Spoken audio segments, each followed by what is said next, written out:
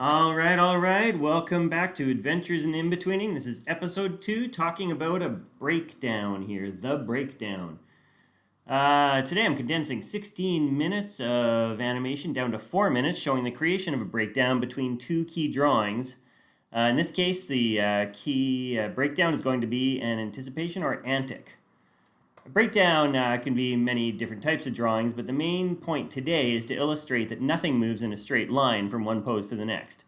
You see that the head here is below the two heads, and it's like, oh, well, that doesn't look like an in-between. That head isn't between the other two, but it's because it's a breakdown. It's because this is creating some life outside of those two drawings, some multi-directional overlap and drag, and you can see the tail that I'm drawing right now.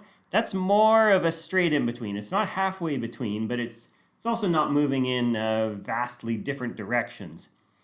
One thing about working in 2D drawing is that what you get is what you put in. So you don't get a lot for free. You can in different programs if you're using Flash or Harmony or something. In a case like TV Paint, though, whatever you draw is what's going to be there, and that's what I love about it. It's the closest thing that I've seen to drawing on paper. So it gives you that pure creativity that you can't get from using computer in-betweening, that you have to come up with the ideas yourself, and it forces you to learn. It forces you to constantly create and try new things. I've been doing this for more than 25 years now, and one of the things that I've learned along the way is the best way to stay employed in the industry is to stay ahead of the technology as much as possible. And it's funny because now the technology is so robust that most people are focused on learning the programs because that's the barrier to entry. That makes total sense. But the artistic principles are not getting as much attention, not getting as much value put on them. And the artistic principles are what is going to let people really succeed and achieve those high levels.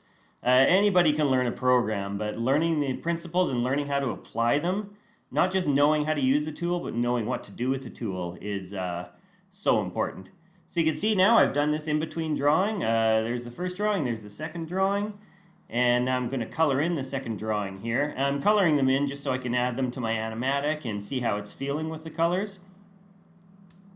Whether or not it's 2D or 3D or cutouts or animating in stop motion or sand or whatever, the important thing is to bring the creativity to it, and it's the same principles. I mean, I've worked in hand-drawn and digital 2D and 3D and working in video games now, and it's all the same principles. It's all about storytelling, it's about timing, it's about pacing, it's about arcs and overlap and drag and secondary motion, and it's all these things that bring life and make a audience member feel engaged by the what they're seeing on the screen or what they're seeing in the game.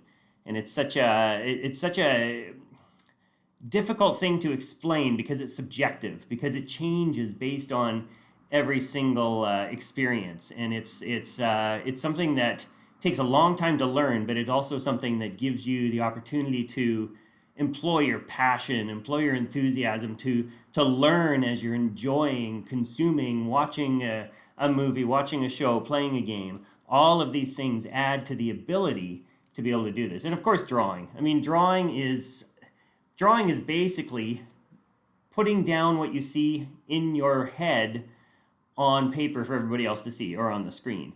And it's one of those most direct ways of communicating that, like I say, I think it's underutilized, it's undervalued, and it's just going to become more and more important as computers become more and more the way that everybody is creating, and that's what the default is.